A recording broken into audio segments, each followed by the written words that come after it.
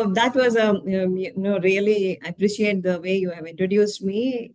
It really made me feel good about myself. And thank you for your wishes. And I would like to first congratulate you and your team for launching this live TV program for the first time on the International Women's Day with a full day long programs and panel discussions lined out. And I sincerely want to thank you for trusting me and making me a part of this, initiation of yours.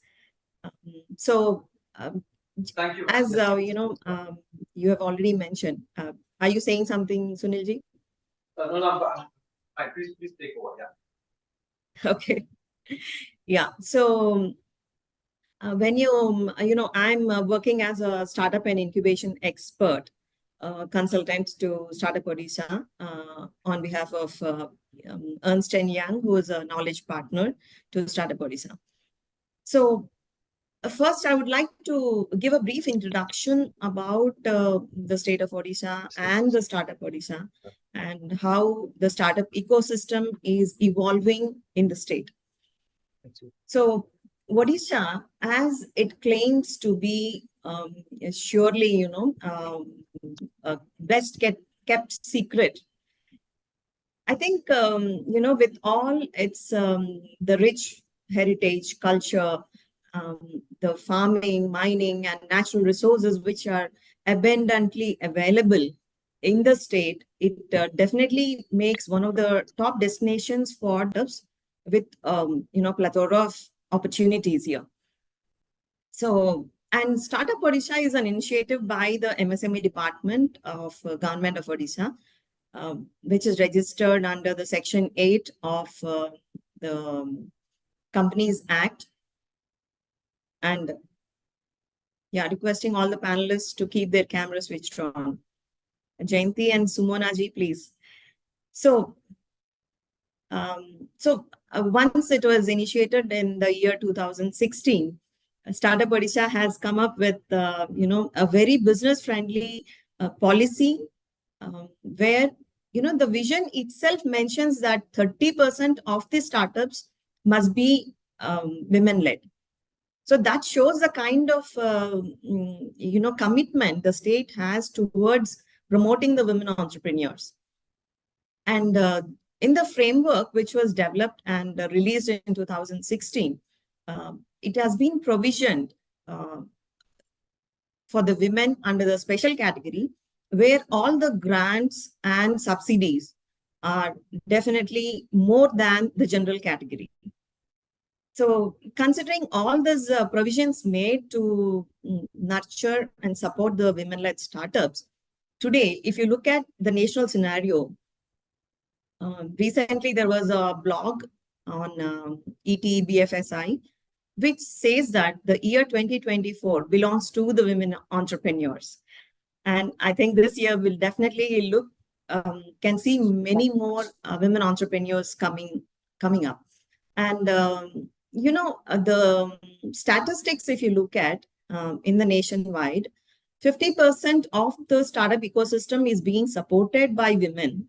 But unfortunately, the number of women entrepreneurs is limited to only 14%. And when it comes to the MSME, more than 20% businesses are led by women.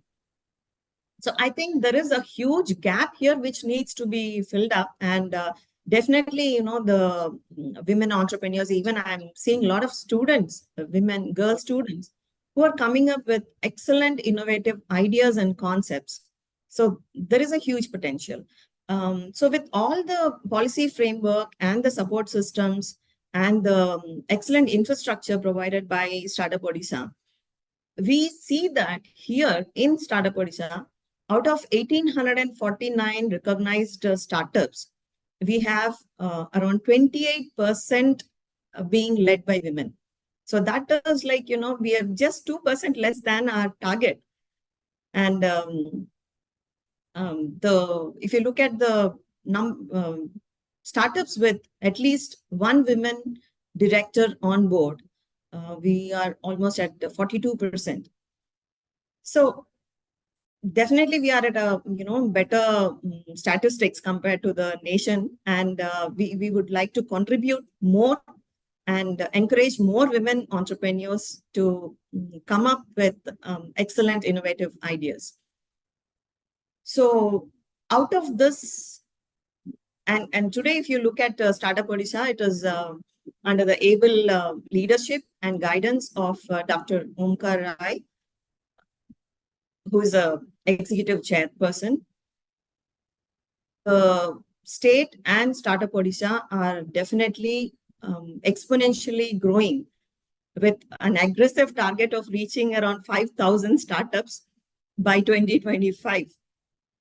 And with all the efforts put in by the Startup Odisha team since 2016, it has emerged as a leader in 2019 and as a top performer in 2021 and 2022 under the state startup ranking framework by Startup India.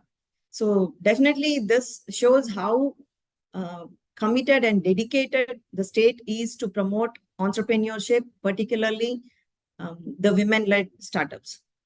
So without much ado, I would like to, introduce to you the three. See, there are many startups, but we have just because of the time constraint, we took only three of the women path breakers of Startup Odisha onto the panel today. So I would, going alphabetically, I would first start with introduction of Ms. Jayanti Mahapatra.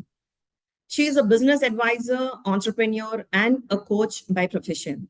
She is a dynamic expert with the ability to transform, innovate, and deliver strong financial returns.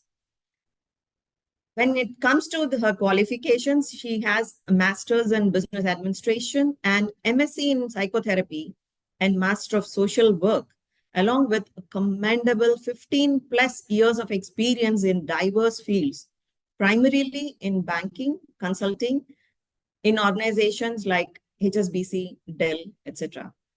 She has been a serial entrepreneur who co-founded Manikastu Agro Private Limited. And when you say agro, I think you all would think something related to the general farming or anything, but you will be surprised to know, what kind of farming she is doing. So we will hear it from her. And the company has received a lot of accolades as one of the top 40 startups in Indian Express 40 under 40. Her passionate involvement as a regarded business management expert with a blend of strong analytical skills, creative approach, and entrepreneurial spirit, combined with her dedication towards leading and driving change for betterment, have been catalysts for businesses receiving multiple accolades. So some of her achievements are Women of Substance Award 2019 and Change Maker at ICC Women Summit 2020, Emerging Women Entrepreneur of the State, Promising Entrepreneur by AIC, OTV Award as an Aspiring Entrepreneur, AMNS Shakti Awards 2022. She received the Exemplary Performance in Agriculture, Udyog Urja 2023, Entrepreneur of the Year Agriculture by Prameya Channel, and Pride of Odisha during the 7th edition of Sambad. Jayanti has been a mentor to many startups in various incubation centers like SOACII, AIC, CUTM, KIT TBI, and a partner consultant to Startup Odisha, MSME, DBTILS, Doordarshan, TAI, SPIU, ISAP, Indigram Lab, etc., and part of CII Skill and Education Committee. Her other interests include technological connection to business and natural parenting. The Honorable PM, Sri Narendra Modi ji, had spoken about her startup in detail during his 110th episode of Man Ki Baat on 25th of February, which surely added another feather to her cap. Welcome, Jayanti, on the panel. So our second guest for today is Miss Nikita Baliar Singh. Definitely, she must be missing her twin sister and co-founder, Miss Nishita Baliar Singh, along with her today on the panel. These twin sisters are the pride of Odisha as the first Forbes International Under 30 honorees, founded Nexus Power, an eco-friendly battery tech company. They are striving to build a sustainable and greener planet by building lithium-free, biodegradable electric vehicle batteries from crop residue. Inspired by concepts in industrial ecology and biomimicry, Nexus is not only speeding up the process of EV adaptation through the fast charging, cheap, and energy efficient batteries, but also facilitating massive growth in the agricultural industry by converting the waste. Both Nishita and Nikita completed their bachelor's degree in business management from the prestigious Xavier Institute of Management, Bhubaneswar. Following this, Nikita went to pursue her master's in media and mass communication from XIM Bhubaneswar, and Nishita opted to pursue chartered accountancy. Both of them have also completed master's certification programs in nanotechnology, battery management systems, electric vehicle engineering, innovation and strategy management from IIT Roorkee, IIT Chennai, and IIM Bangalore. I think these two sisters have not left any kind of need which is required for their business. They made each and every need of the business their qualification. Besides their entrepreneurial interests, Nishita is a photographer and an artist, while Nikita is a creative writer and a filmmaker. Something that resides in both of them is being musicians, sports enthusiasts, adventure freaks, and brave horse riders. Both the girls are very active when it comes to business, leadership, and travel. Really, I think you guys are very inspiring to a lot of us, Nikki and Nishi. Apart from being featured in Forbes 30 Under 30, Nexus has been a recipient of multiple awards since its inception in 2019. Entrepreneur magazine's Shepreneur, Women to Watch, Vogue India's Women at the Workplace Special Edition, MG Motors and the Better India's Change Makers Season 3, PMI's Global Future 50, to name a few. The pair has also been felicitated by the Honorable Governor of Odisha for their innovative work and contribution towards the startup ecosystem in the state of Odisha. Kudos to you girls. Welcome onto the panel. So our next pathbreaker is Dr. Sumona Karji Mishra, who has a PhD in molecular virology from the International Center for Genetic Engineering and Biotechnology, having more than 14 peer-reviewed international research publications in the area. Very commendable, Dr. Sumona. After surviving a life-threatening pregnancy complication, Dr. Sumona founded Prante as an R&D-driven deep tech company that majorly focuses on predictive diagnostics or prognostics, as she calls it, to bridge the gap between the increasing patient loads and lacunae in the healthcare systems across the globe. Dr. Sumona is an alumnus of Cambridge Judge Business School's Ignite program. She actively collaborates with academicians and clinicians to identify the pressing problems in the current clinical diagnosis and gaps that have deep social and commercial value. She has been conferred with many prestigious awards, including Pride of Odisha, Rashtriya Swayam Siddha Samman, National Startup Award 2022 in the field of innovative medical diagnostics. Technologies developed by her group have a rich intellectual property profile with 6 patents, and her team has been a winner of CII IPR Award from 2018 to 2021. That's an awesome,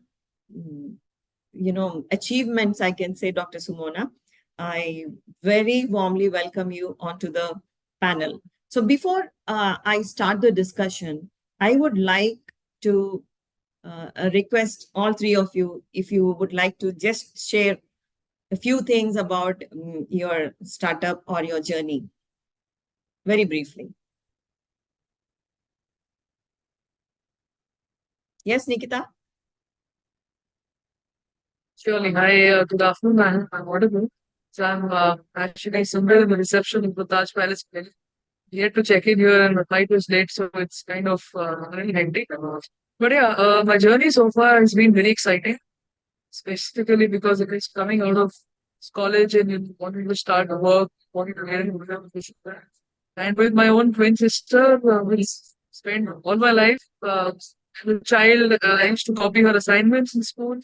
So when I stepped up and started doing business with her, I was sure that path was right. So from there to here, about 3.5 years, I think we also hadn't imagined that we'll get what we have so far. We managed. So it's been a bittersweet journey for sure. There have been things which have not gone the way we wanted. Few things that have just fallen in between. And I think that's what entrepreneurship is. So, looking forward to more adventures in life. Also very happy that I've chosen this field. Yeah. So, I mean, like, how often do you twin sisters fight during the, professional journey? Does it happen? Fight, yeah, I mean, we call it discussions, so let's put it that way. So we do have some aggressive discussions sometimes, some very subtle discussions, but not that we end up fighting the way we used to when we were kids. Okay. Yeah, tell me about personal things, then we'll fight. Professionally, I think when you're in the office, you have a team around you, it gets difficult to also fight among each other. So yeah, we call it discussions. A little aggressive, sometimes subtle, but discussions. Great, great. So, Sumona ji? Hi, everybody, and wish you all a happy International Women Day and Mahashivratri, of course. As I talk about my Prante, it's a startup that we have started in 2015. And with a mission and vision to bridge the gap between the healthcare early diagnosis, where it is very critical to be at the point of care so that the management can be taken at a right time and the patient can be saved, not in terms of their health, financially, and also getting them the support that they can arrange the kind of a treatment they require. We started it thinking that the medical device and diagnostic that need to be built, it should be from the scratch. It should not be something which is available and just makeshift or changing it and bringing little innovation into it and making it a point of care device which is already existing in the centralized facility. So our vision is to looking into the concept, looking into the requirement, user need, and then building the product around it so that it can serve the user in a better way, in a safer way, and in a precise way. And Startup Odisha and the Odisha environment has been very helpful because, see, for developing a new technology, we require a kind of an ecosystem that has been provided by Odisha and Startup Odisha, not only in terms of the financial supports or the encouragement, but also having the human resource. Being a state where you have a huge number of engineers, getting people with technological skills was not very difficult for us. And since it is Bhubaneswar and not Bangalore and Pune, retaining those talent was also equally easy over here. So these two things which has been very instrumental when you are developing kind of a state of the art technology. You need to retain the talent with you because it is a long journey, and when you build a team you want them to be with you. And Bhubaneswar being a place where you have a dedicated people, skilled people, and they are willing to be with one organization for a longer time with the commitment has been very helpful for us. Great, Thanks a lot. great, Sumona ji.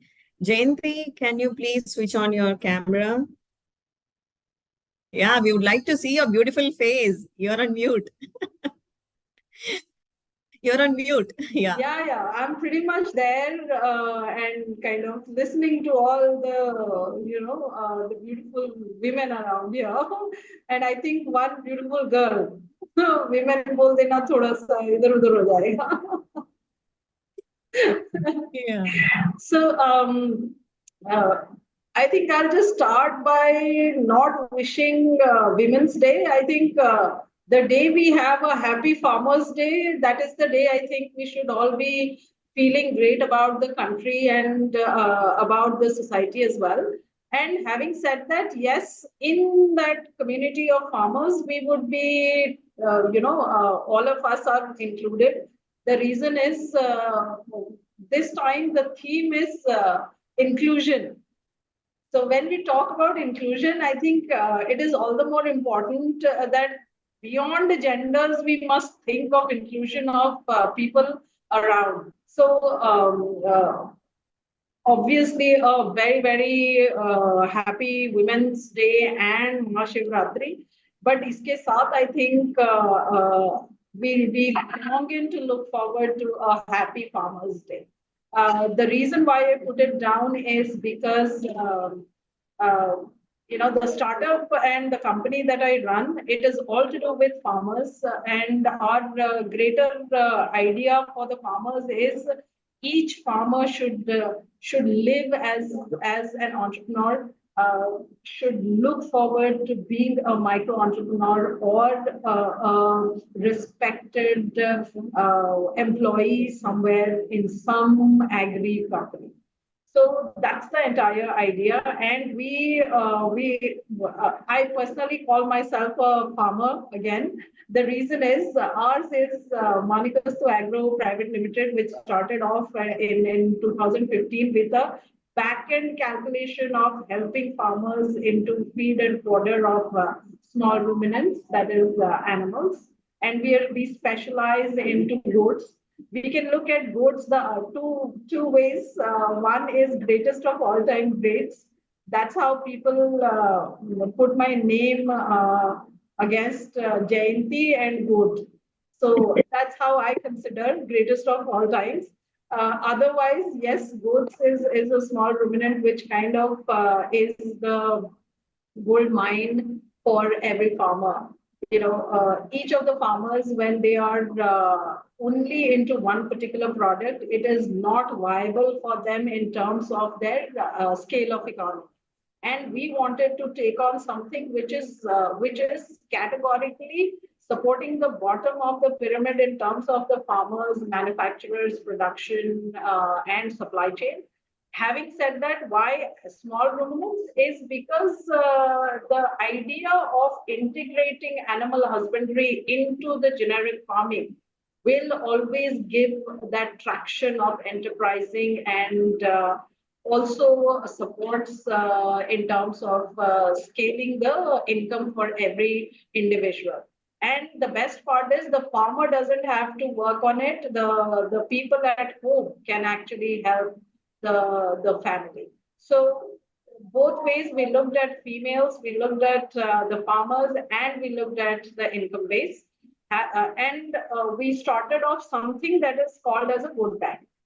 So that is one revenue stream. The goat bank concept was a HubSpot model where we kind of worked it out where, Manikastu will be at the center, supporting every farmer into animal rearing, insurance, technology, backend support, medical support, and buyback model with the market leverage.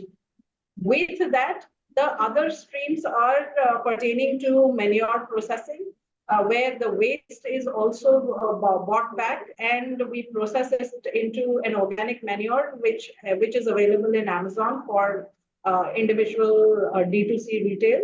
And there is a supply constant which goes for the larger bits. The third is the feed and fodder, which is again another revenue stream. Every farmer cultivates something or the other in his her farm. If not an owner of a land, then they also go for partial, jisko bhagidari bolte hain.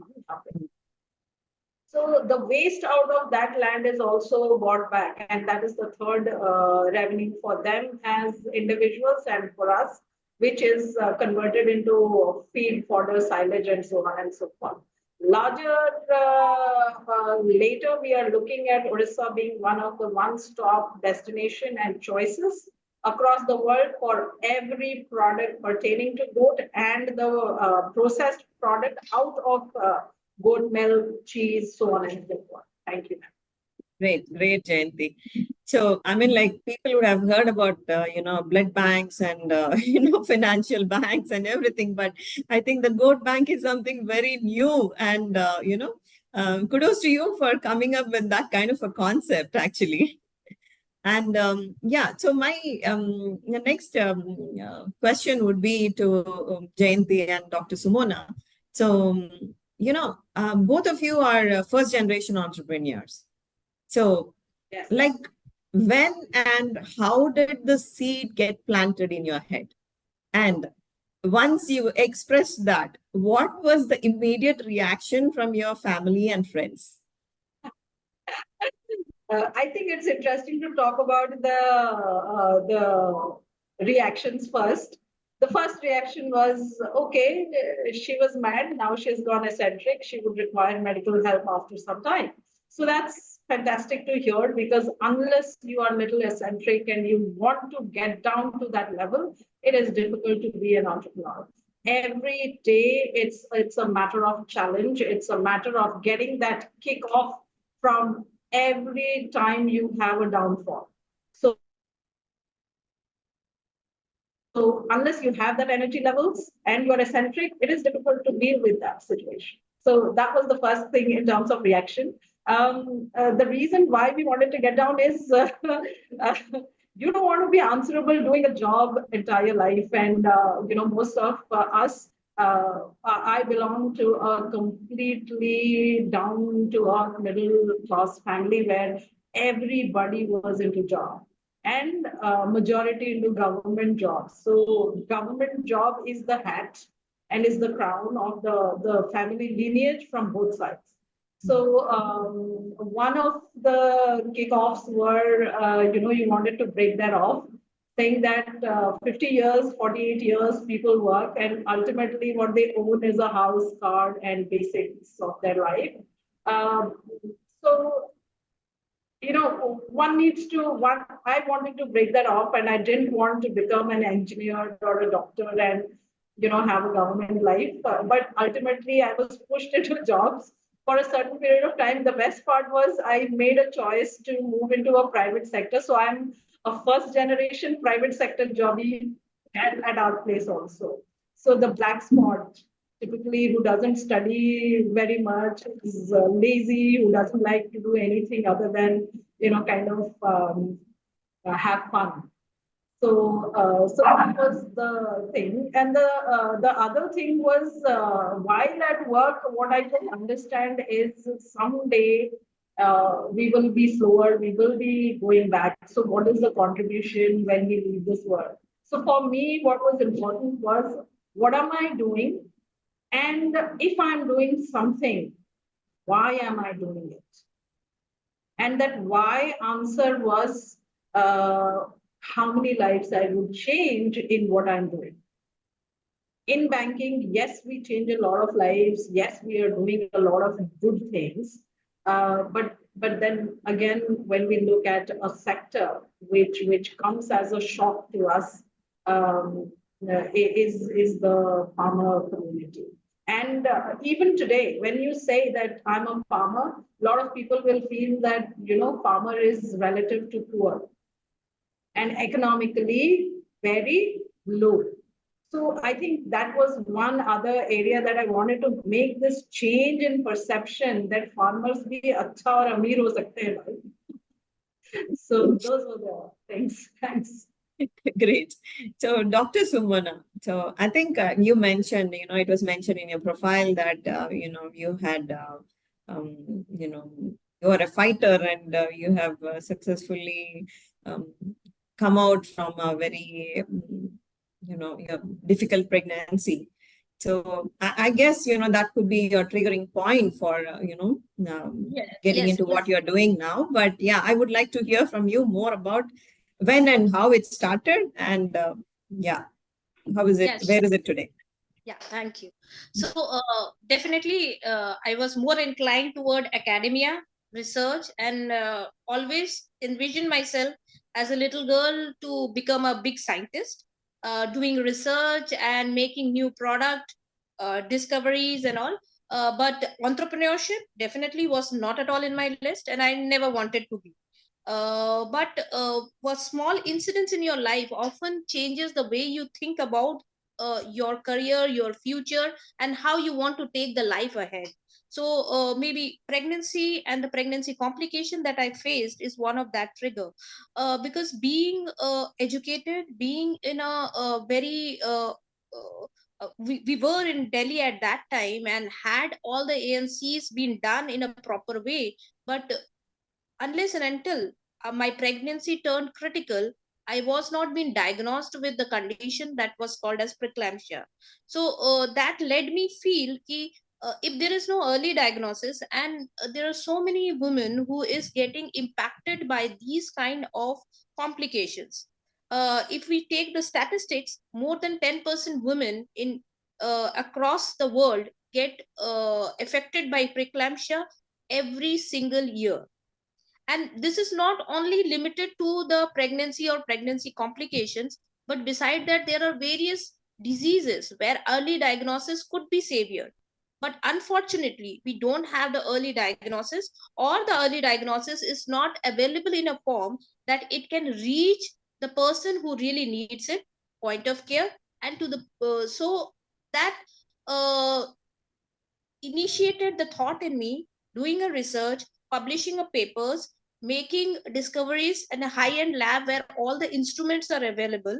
It's more important to do something where we can develop products and bring it to the common man. Actually, they are the people who need our invention. So that was the trigger. So in 2010, my daughter born, and I did all the kind of a back-end surveys and searches till 2015. Still, she was little stabilized, because as she was very premature, it was very difficult for me to go leave her and go outside and do my entrepreneur journey. So in 2015, the first thing that I did is I registered my company, so that there should not be any deviation or kind of a any kind of distraction for me. I know what is my target, and I registered it initially as a one person company, so that uh, my focus is there. If somebody wants to come along with me, fine, otherwise I want to go ahead. uh, but if I talk about the reactions from my family and friends, I would say that they were very supportive, extremely supportive. Not only my parents, my husband, my in-laws, my friends, everybody supported and encouraged and tried to help me in every possible way they could. Even my daughter, at that time she was just 5, she also encouraged me to do something in this regard, because she said, mama, you could save me, but there are millions of women who are not being able to save their child because they don't have that kind of facility that you could provide to me. So that is kind of encouragement and support that I got. And definitely I was doing something in the field which I have already been trained for so many years. So there was not much of a negative reaction. In fact, I would say there is no negative reaction. But of course, they were concerned that whether it will be very hard on me to take an entrepreneurial journey. But in each and every step, each of them, especially my husband and my daughter, were supportive, and they helped me like anything. From 2015, and now we are in 2019, we have all the certifications from DSI, Cedisco, everything, and they have been the integral part to help me to, from a one-person company, now we have around 15 people working together. That's great. That's a great journey. So, Nikita, coming to you, I think you are like a second generation entrepreneur. And yeah, so is it like a genetic thing for you? Or, have you developed that interest on becoming an entrepreneur at a later date? And No, particularly I where think. you have, yeah, sorry. Yeah, Okay, yeah, but go ahead, please. no, I also wanted to understand because you mentioned to me that your parents are in telecom sector, right? Yeah, telecom products and all that. So Real when estate and you stuff, yeah. have, sorry? There's a telecom, real estate and stuff. Yeah, traditional businesses. Yeah. So, but now Right. you have chosen both of you have chosen a different, entirely a different, business line. So again, I wanted to understand how supportive were your parents, and what were the challenges you faced. Um, so it was not like we developed this thing later or there was a different thought process. I think since school we had this in mind that we had to be entrepreneurs and we had to start our own company. And that was way back, I think, when we were 8, 9 years old. So we've since then we've been kind of been in this space to build our own company. And of course, I've seen my parents in business. They used to have they have their own company. So often as kids, we used to go to their offices and see the team and how work would happen and how they would manage and approve things and so on and so forth. So yes, that feeling has been there since childhood. Of course, our school was very instrumental in encouraging us to be entrepreneurs because they always felt that we had that spark and we should take it forward. I don't know if it was genetic or it was just because we had we'd grown up in that environment that we picked up the idea of having our own company, but it was there since childhood. So there's nothing that happened later. And people, I remember my batchmates were asked, what you want to be in life, and somebody would pick up astronaut, somebody would say doctor, and I would always, in fact, both of us would always stand up and say that we will build our own brand and we'll build our own company. So it was that old in us. Parents, obviously, they've been in the same business line, so they understand the highs and lows of what businesses can be. And so they were very supportive, yes, but they were also concerned about how the growth would be for us because we were getting into a very R&D intensive deep tech startup, battery technology, and young women with women who don't even have a very specific science background. Like it's not like a very long engineering background that we have. So for us to step into that domain, it was that parental concern that they had that you have to think how far will this go and how you will manage to build it or grow the company eventually. So yeah, there was this little bit of concern, but they were very supportive. They gave us a lot of tips from their journey of how they started their business and how they've managed highs and lows and the finances, of course. So even today, mom gives us a lot of financial tips and things because it's one very important factor of business. So people have been supportive. Somewhere it has been with the external environment, sometimes with investors, sometimes with a few government officials. It has been not very smooth to convince them that we know what we are doing. But other than that, it's been a wonderful experience so far. And Nexus as a company, we work on battery technology. So we're making the cells and we do a lot of research day in and day out. So surely we needed a lot of support, which thankfully came into us from Startup Odisha, from KTBI, from CSIR Labs, IMMT is an example. So we were grateful that we managed to tie up with all of these organizations in the state and we managed to grow in the state. So, it was a dream for both of us to build a brand in the sustainability domain and to come up and have a 35 member team today who's extensively working on research every day and where we are maybe say 7, 8, 9 months short of commercializing the batteries. uh, Probably wasn't a thought in the beginning, but yes, it's from here on. I think it's about growing and going global. Yeah. So, and where are you planning your manufacturing unit? So, is it going to be the same place here? Personally, if you would ask me, my heart says Bhubaneswar because we've grown up here, we're born and brought up here. It's close to my heart. But it'll also depend on the kind of incentives we get from the multiple governments of the state and, of course, central government as well. Also depends on the proximity to raw material and how the supply chain and distribution channel works. So a lot of things go into deciding your manufacturing plant. But if Odisha, because we've been so attached with the government already so far, if we get the best intensive incentives here, I think this is going to be our first choice for sure. So Bhubaneswar it will be if everything falls in place.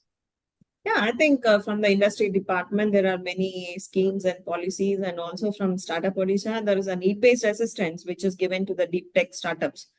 So probably you can look at applying for these things. And So yeah. we've not had a struggle on the financial side, to be honest, because we've raised 2 rounds of equity investments.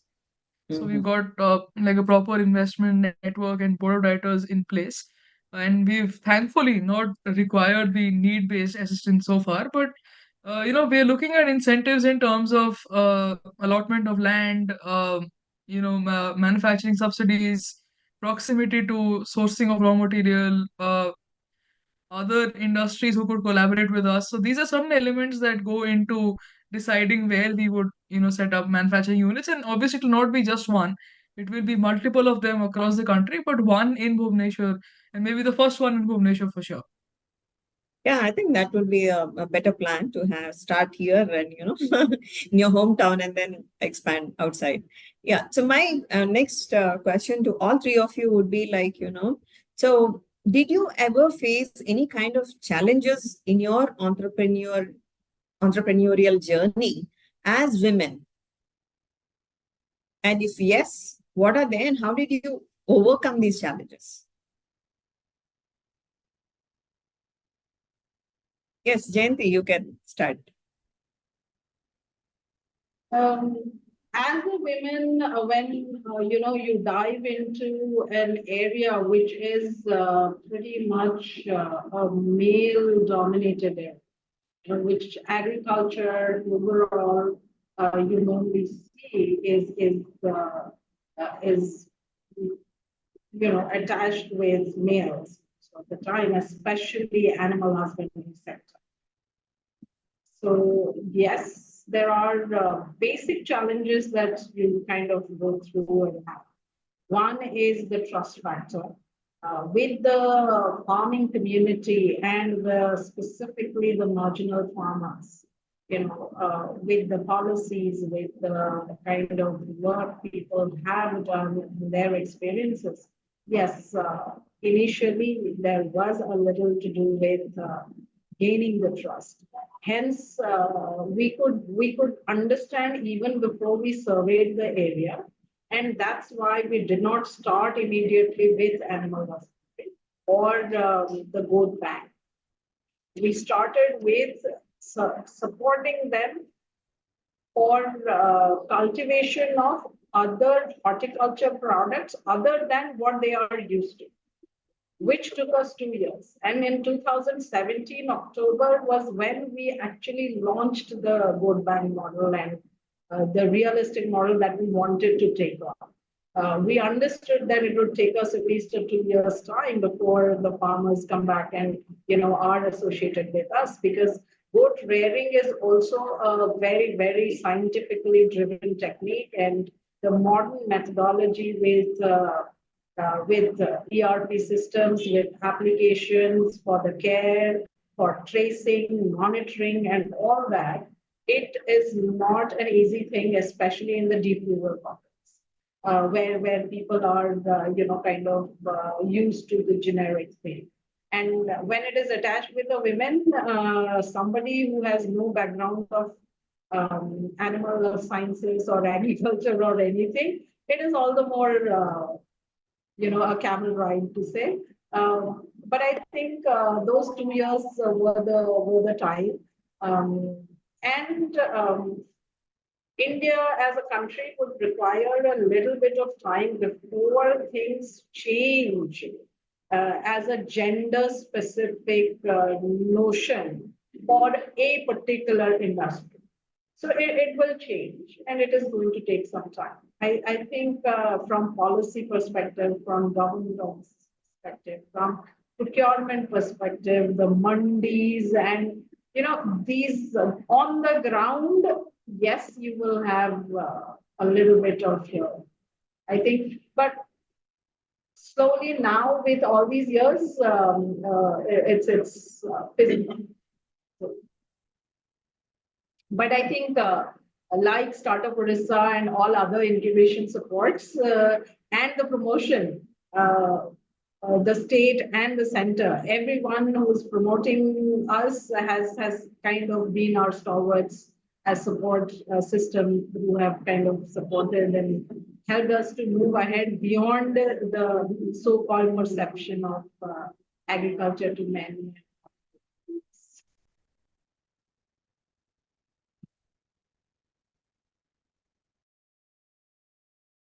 I think you are now a national celebrity with the PM, Honorable PM himself mentioning about you and talking about your startup.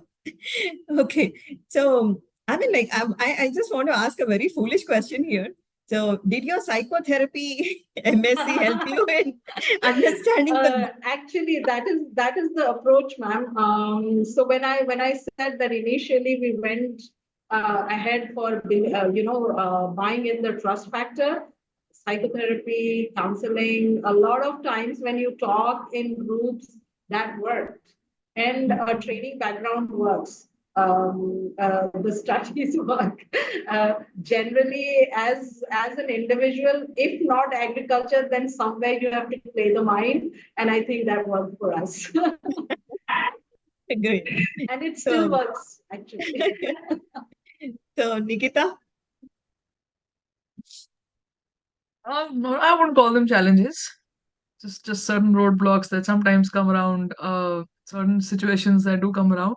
Not that we faced anything specific or very dedicated because we were women, but uh, there have been certain interactions with, sometimes in the early days when we were raising our first round, we used to pitch to a lot of investors. And few of them came up with certain questions like, so we used to finish an entire pitch and we used to expect questions on the company and the product, but the first questions that we've got is when do you plan to get married? Would your husband join the company once you're married? Would the company be going on, once you're married? What's going to be the continuity of the business? So we used to be a little perplexed because you wouldn't ask a man these questions if whether his wife is going to join the company or not, or what happens company when he gets married. So these were certain things that kind of pinched us a little in the beginning. That my personal life has got nothing to do with my professional life, and I don't think that should come in the way. So I think eventually we did learn to, just say that it doesn't matter. Initially, we used to try and be, a little subtle, but then we started being a little direct, saying it doesn't matter. So don't get there. Let's talk about what I'm doing and, not what my personal life is. And this was something that often I believe, when we look at women empowerment or we look at how women are trying to build themselves and companies across in the country, it's also important that everybody else in the ecosystem understands that it is already a very tough job to stand up and build a company, whether it is a man or a woman. And if the ecosystem is not looking at both of these genders from the same lens, then it gets tougher for the one who is being criticized more than the other gender. So that's one thing that we do believe everybody in the ecosystem has to understand. And beyond that, I think it's also important that we have a lot of women come up and become investors as well. So you look at a list of investors, say 150, 200 of them, out of which barely would find 20 or 30 of them who have women founders. Otherwise, it's a very male dominated space even today.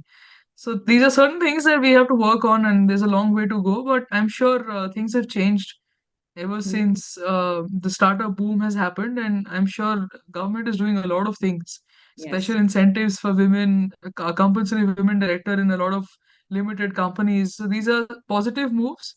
I'm sure now they have to make it mandatory. Eventually, that will be the case. Maybe 5, 7, 10 years later. So that's nice, and it's a welcome move.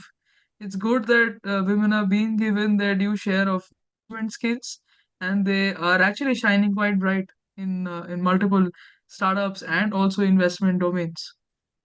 Yeah. Great. So, Dr. Sumana ji, did you have to face any kind of challenges as a woman entrepreneur? No. As Nikita said, as a woman entrepreneur, the challenges as an entrepreneur, definitely, whether it is a male or a female, they have to face when they are building their company. But being a woman entrepreneur, as such a different challenge, which might, if I would have been a man, I would not have faced. Nothing has happened like that. Everybody was very understanding, collaborating, and at the intellectual scale, everybody accepted that the man and women are same. right now, at least the circle, I have been very fortunate. The circle that where I am operating, there is no discrimination at all. Whether we are collaborating with the AIMS or we are collaborating with the Utkal University or Revensha, or whether it is NIB Pune, everywhere we have been welcome, and they never discriminate as I am a woman. It is, in fact, it is easier. Sometimes I feel it becomes easier when you are a woman and you are driving something. The people around you appreciate the effort that you are taking. Yeah. Maybe sometimes there are apprehensions. As a woman, you have to take care of your family. But now I think the trust has built on the women, that they know how to handle multiple things and keep their time slot as it is required, and they can prioritize what to do, when to do, and how to do. So that much confidence I think the society now have started having on their women. That's great. So again, one last question to all three of you, because we are running out of time. So which has been your best moment in your entrepreneurial journey, be it any kind of an award or any kind of an achievement?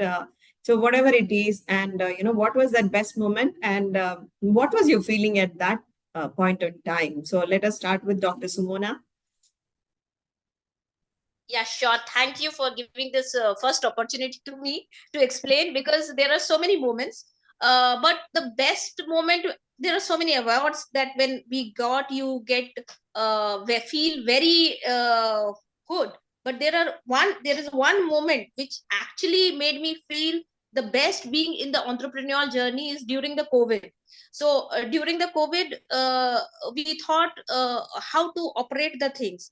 At that time it came up to our mind, why not to develop some diagnostics for the COVID.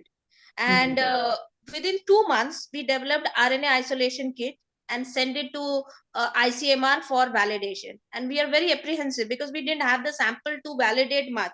So with all the surrogate samples we have validated, and within 2 months, me and my husband, because we could not bring our other employees to do the testing, we developed from scratch, and it is based on magnetic nanoparticle, which we later on patented it, and we have a granted patent on that. We sent it to ICMR, and we are very apprehensive, and the report came, and our performance was better than the international brand Roche's 99 magnetic nanosensor. And when I saw that result, it was so overwhelming for me to feel that within 2 months we could create and can contribute something for the COVID war, which was affecting so many lives. So that was I could say, till date, that was the best moment that I can count upon. Yeah, Nikita.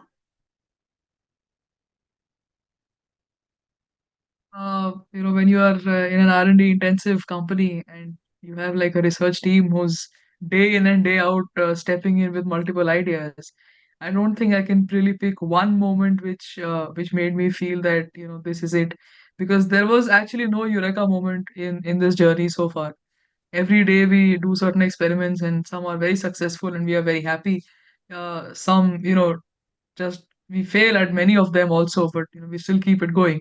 So yeah, there have been multiple awards falling in the kitty. Forbes, I think Forbes Under 30 was very, very important for the family, for our friends, for our loved ones. They really they're very happy about Forbes.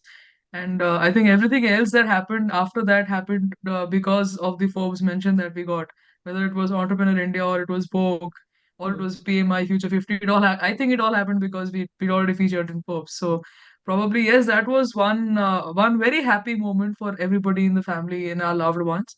But personally, I think for me, just to get up and have a company and work with my sister and day in and day out to go and step into the office, I think that is a wonderful feeling in itself. To go into the office and have a team working and dedicatedly, when we are shedding our responsibilities, we are sharing our work and we are kind of working together. I think that is the only feeling that probably I wake up for every day in the morning. Great, great. Yeah, Jayanti. There are many, ma'am. I think every day there is something or the other that comes up, which is great and good. But I think I'm happy with smaller and little things. So one of my experiences was when I was really happy. There was this girl who joined us while we started the firm. She was the first one, our first employee actually. And she did not have parents. And she was staying with her mother, brother, and other family members. And they had pushed her to start earning. She was hence no choice, so she came to us. We put her on board. And 5 years later, she was getting married, and she was one of those richest in their area. Okay, and who was actually taking a survey, and they were shocked to know that she had saved around 6 lakhs in 5 years. And very interestingly, that was the time she started getting her proposals for marriage. And the best part was, she says that anyone who would like to marry me has to stay in Manifesto and has to work here, because I will not go to their place. So anyone who is ready to marry and stay here will continue, and I will get married. So I think that was one of the experiences which was happy, and it makes a lot of difference for people, you know, from those areas where you make a difference. Similarly, we have multiple stories actually. There is this old couple who was selling greens out here in the roads of Bhubaneswar, you know, your IRC village roads. They were from Raikia. So their children had pushed them off and had no place to go. So somehow they managed coming to Bhubaneswar. The old man was around 60 and was forced to do, posed as a security guard. So, and then 10 days later, probably he was thrown out and had no place to go. So, someday I used to buy some stuff from there on the way, either for some work or somewhere. So then I would see them regularly, new face, and I asked them, where did you come? And then they started sobbing. And then we pulled them from here, took them there. They worked with us, and recently they were able to build the house. So they were there with us for around 6 years again, and so they have taken a sabbatical and have gone back to build their house and come back again. So those are the kind of happy experiences that we have. The rest is, I think, recognitions will always make us happier. And one of the recognitions is, again, all our support incubators, you, Startup Odisha, and everybody, I guess.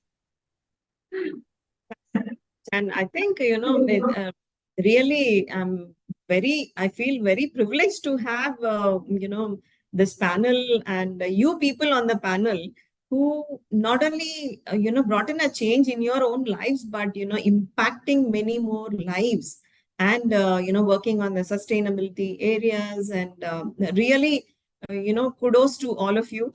I'm really glad to be working with Startup Odisha, to be in touch with all of you. So let us keep this going and wish you all the very best. And I think definitely many more happy moments to come to all of you. So it's been a very great time, and thank you for taking out time on a holiday. And I know Nikki is traveling, and she has just pulled out time to be here. So thank you, all of you, very, very much, and wish you a very happy Women's Day. Have a great day. Thank you. Thank you, ma'am. Thank you, everyone. Thank you so much. Community and MyStartup TV team for having us and encouraging the startups from Startup Odisha, women entrepreneurs in particular. Thank you. To stay informed about the startup ecosystem, subscribe to MyStartup TV.